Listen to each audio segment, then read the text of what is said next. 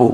ఇట్లాంటి మాటలు మాట్లాడడం వల్ల మీ స్థాయి మరింత పలచనగా దిగజారుతుంది. గౌరవ ముఖ్యమంత్రి గారు జగన్మోహన్ రెడ్డి గారు ఇంట్లో షర్మిల గారికి రెండో పెళ్లి జరగడాన్ని ఆవిడ జీవితంలో వచ్చినటువంటి ఒక ఒడుదుడికిగా అర్థం చేసుకునేటువంటి సమర్థత, ఆ ఇంగిత జ్ఞానం మాబోటి వరకు ఉంటుంది. అలాగే మీ తాతగారి తండ్రి గారికో ప్రజల్లో చర్చకున్నటువంటి మేరకు, ప్రతిపక్షాలు చేస్తున్న విమర్శ మేరకు కూడా అధికారికమైనటువంటి భార్య కానటువంటి రెండో భార్య సంతానం నుంచే మీ నాన్నగారు మీరు ఉద్భవించారనేటువంటి విమర్శలు ఏ మేరకు నిజమో కూడా మాకు తెలియదు.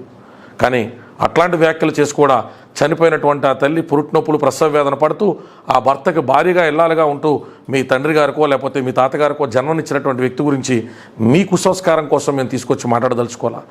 ఎవరో కావాలని మారు మనువులో 4 పెళ్ళిళ్ళు 5 పెళ్ళిళ్ళు చేసుకోవాలి ఎవరు అనుకోరు. అట్లా అనుకున్న వారి సమర్థత రీత్యా దేశంలో చాలా సాంప్రదాయాల రీత్యా చెల్లుబాటు అవుతున్నటువంటి ప్రజాప్రతినిధులు సైతం ఉన్నారు.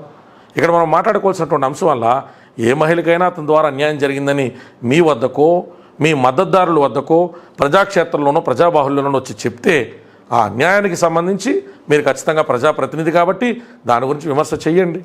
అది మానేసి ఈ రకమైనటువంటి చర్యలు, పద్దాగా ఆడవాళ్ళని తీసుకొచ్చేటువంటి ప్రయత్నాలు, పవన్ కళ్యాణ్ అనేటువంటి వ్యక్తికి స్టెబిలిటీ లేదని చూపించాలనుకునేటువంటి మీ ఆక్రోశం, మీ అక్కస్తో అరే ఎప్పుడో ఎగిరిపోద్ది అనుకునేటువంటి పార్టీ నిండుగా 10 సంవత్సరాలు కంప్లీట్ చేసుకుని ఒక ఎన్నికకి మద్దతుగాను, ఒక ఎన్నికకు పోటీగాను, ఈ ఎన్నికకి మళ్ళీ పొత్తుతోనూ వస్తుంది అనేటువంటి ఆ కక్షతో, కార్పణ్యంతో ఏం మాట్లాడాలో తెలియక విచక్షణా జ్ఞానం కోల్పోయి అసలు రాజకీయాలతో సంబంధం లేనటువంటి మహిళల్ని తెర మీదకి తీసుకొచ్చి మాట్లాడేటువంటి మీ కుసంస్కారాన్ని ప్రజలు గమనిస్తారు.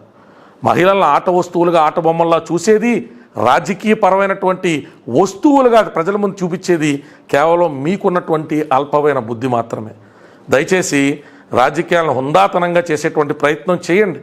మీ నాన్నగారి గురించి మరణానంతరం కూడా ఎప్పుడు ఆయన స్పీచ్లు చూసినా 1-2 సార్లు తల్లి కడుపు నుంచి ఎందుకు పుట్టావో నీకు అనిపించేది చేస్తానని చంద్రబాబు నాయుడు గారి గురించి మరి క్షమాపణ చెప్పిన తర్వాత ఎప్పుడూ మీ మాదిరి దిగజారుడు, లేఖిపూరితమైనటువంటి రాజకీయ విమర్శలు ఆయన సైతం చేయలేదు.